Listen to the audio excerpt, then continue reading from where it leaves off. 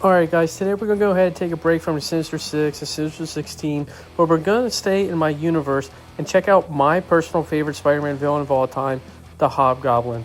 This is a really fun design. I put a lot of love into it and I'm super excited to show you guys, so let's get into it. Alright, so the base for this figure is going to be the Black Manta from DC Multiverse. This is the Page Punchers version. This is definitely one of the best McFarlane sculpts there is. And I like how it had that look where it kind of gives you that like bumpy chainmail-ish suit vibe that Hobgoblin has. But it's also armored and geared up, which I wanted to lean into a lot, you know, based off my universe. So I think this is going to work really well. I also have this head. I'm thinking if I'm going to use this or not. We'll bounce around a couple ideas as we go because I also have this like helmeted look. It looks maybe kind of small and I don't know if it'll really get the Hobgoblin vibe across. So we're going to go ahead and break this figure down and get it prepared to paint.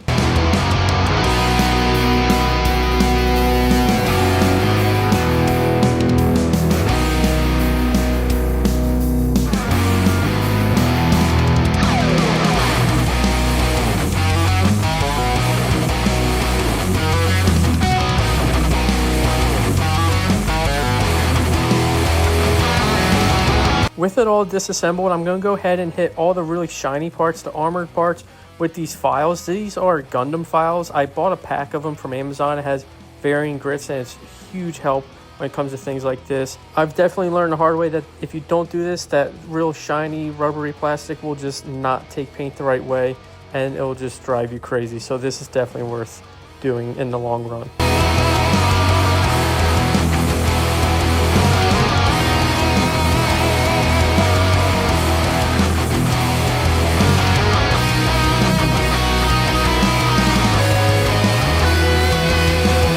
Now with everything a little buffed up, we can check out the arms. Like I said, this texture looks really good. Honestly, it looks perfect for like a Goblin. I also cut off those shoulder pads. They were just kind of in the way. Plus he's going to have a cape, so it won't really matter. So now everything's buffed up. We can look it over real quick and then get ready to paint it.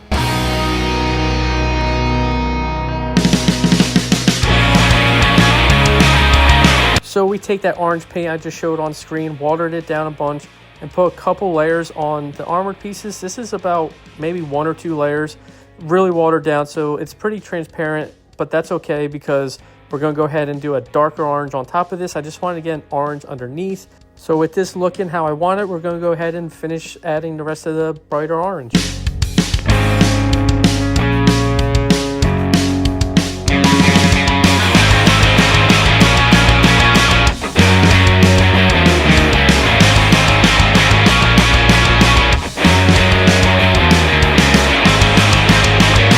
So now with everything painted up, we'll take a closer look.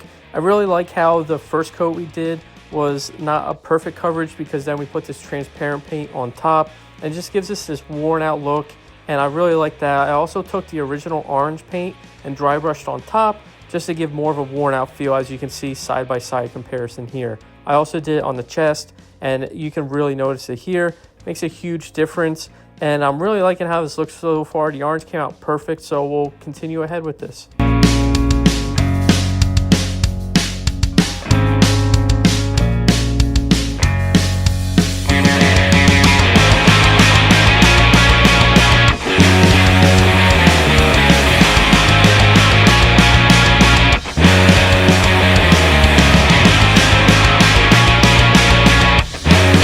So now that the orange is all done, I wanted to do the orange first so I could be really messy with it and get perfect coverage on the armor. We'll go through with the blue. I want to make the blue for the little chainmail-ish armor.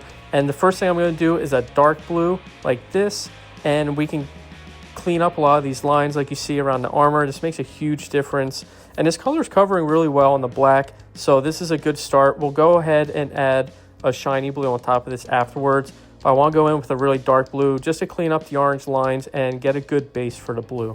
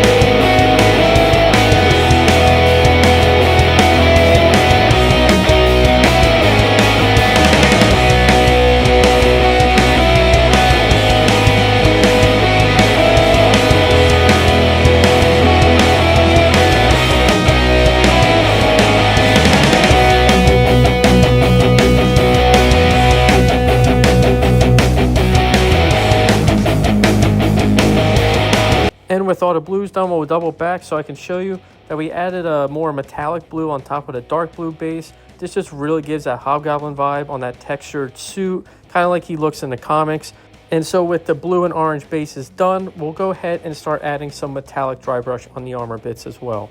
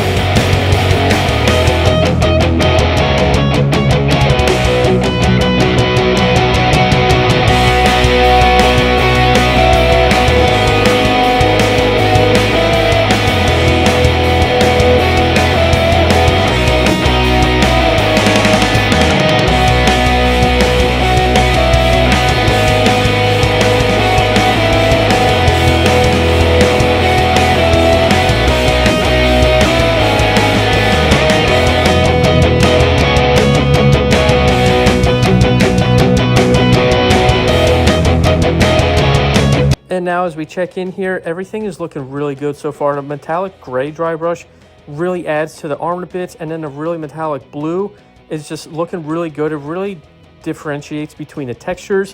So we're going to go ahead and just do a couple more touch-ups throughout, and then we can start clear coating this guy.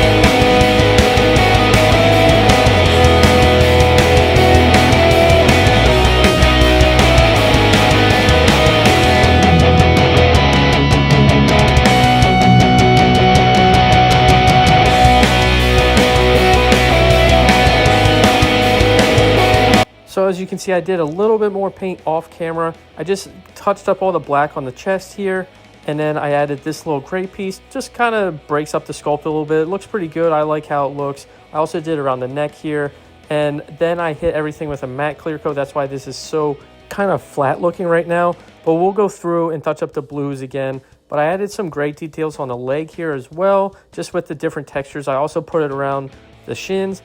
I just want to really differentiate some of the different textures and sculpting throughout this figure. It really adds just that much more, in my opinion.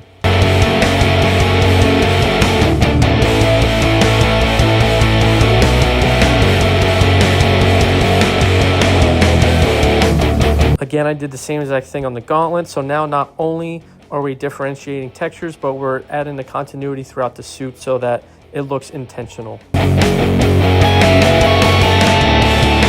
Next up, I want to take these blades. This was originally from the Ninja Daredevil. I just cut it to size and then sharpen the edges there so that I can actually port it into the wrist gauntlets. This Black Manta originally came with wrist gauntlets, but I bought this used and it didn't come with them. So I just kind of made my own with what I had, and this is going to work out pretty well. It fits in there, and so we'll just size them up, super glue them, and then add some paint on top.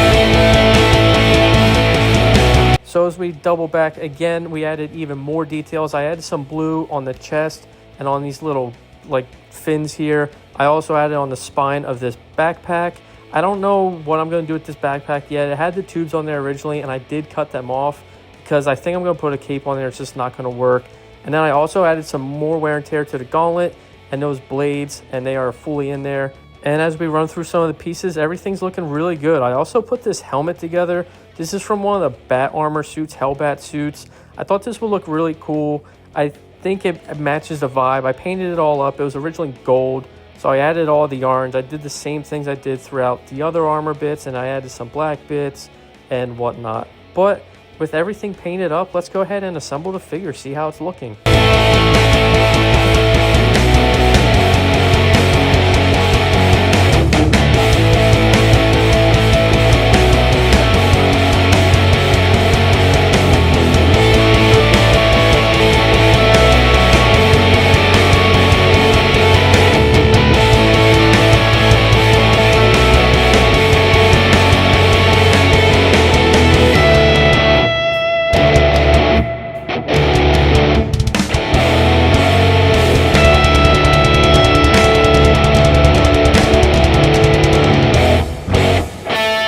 Yeah, I might be a little bit biased, but all together, this looks even better than I thought. This just looks amazing with the textures really popping out. I went over the metallic blue with nail polish to make it shiny while keeping the armored bits matte, because I went over that with a matte clear coat a couple times.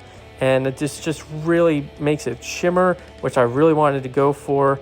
And everything's looking good. I did end up changing my mind one last time when it came to the face. I actually stole this from my Mezco style Hobgoblin I did a while back. I think this is going to look really good on this figure. I just love this sculpt. And I also stole these hands from a fodder bin. I think it's from a Flash. I'm not 100% sure, so I apologize. But this is going to look really good. I do want to touch up a little bit more paint on this head. I think I could do better. So let's go ahead and touch up a bunch of paint on this guy.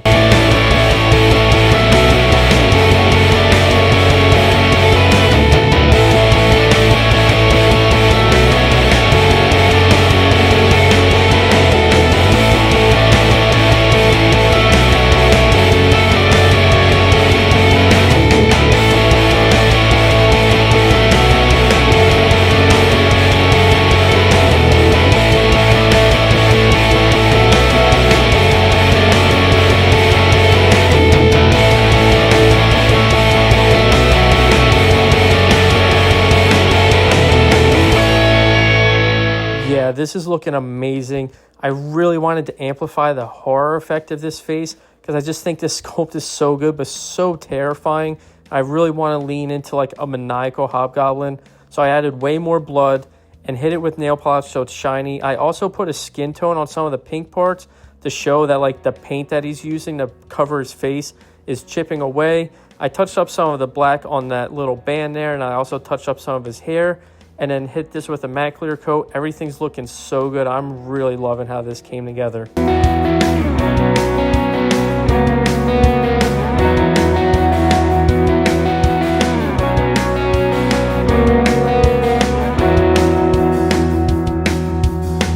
But of course, what is a Hobgoblin without his cape? And so I, again, stole this cape from the Mezco Hobgoblin I put together. This cape is just so well done from 112 Customs. And so we went ahead and glued this on once the head was done. So we'll go over this figure one last time and take a look at how everything came together.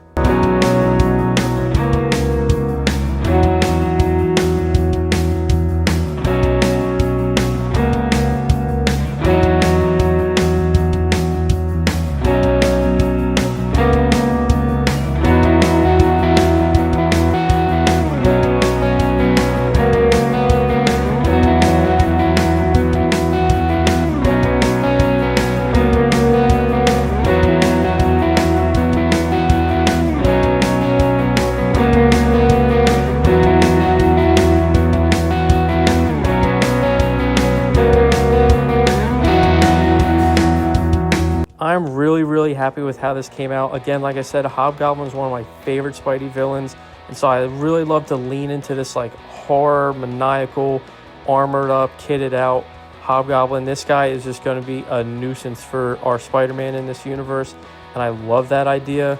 So I think this came out so good. I love this cape. I love this head sculpt.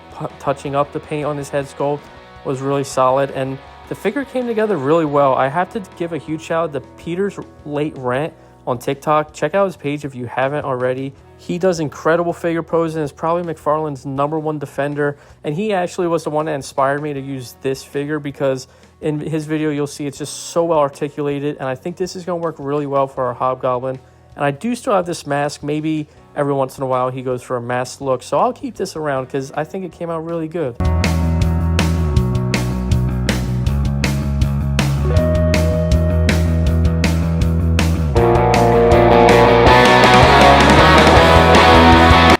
course, we have to check out his glider too, right? Because a Goblin needs his glider.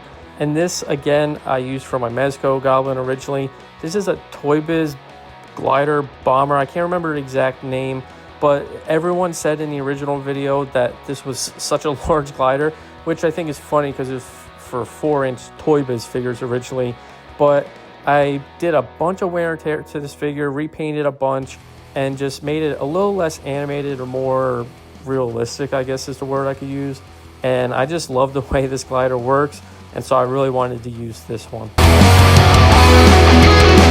But guys, that is my Hobgoblin. Like I said, he's my favorite villain, probably one of my favorite villains of all time when it comes to Spidey. And so I put a lot of love and care into this custom. Came out really good. This is one of the ones I'm most proud of. I think it just looks so good. It articulates really well. The paint job came out great. And I'm really proud of this. It was fun to tackle a different character that wasn't Sinister 6 or Sinister 16. So let me know in the comments what you think of this Hobgoblin and what other characters you'd like to see that aren't related to that. And again, thank you so much for all your love and support. I continue to figure out how I want my long form to be. I'm still so new to using cameras and everything.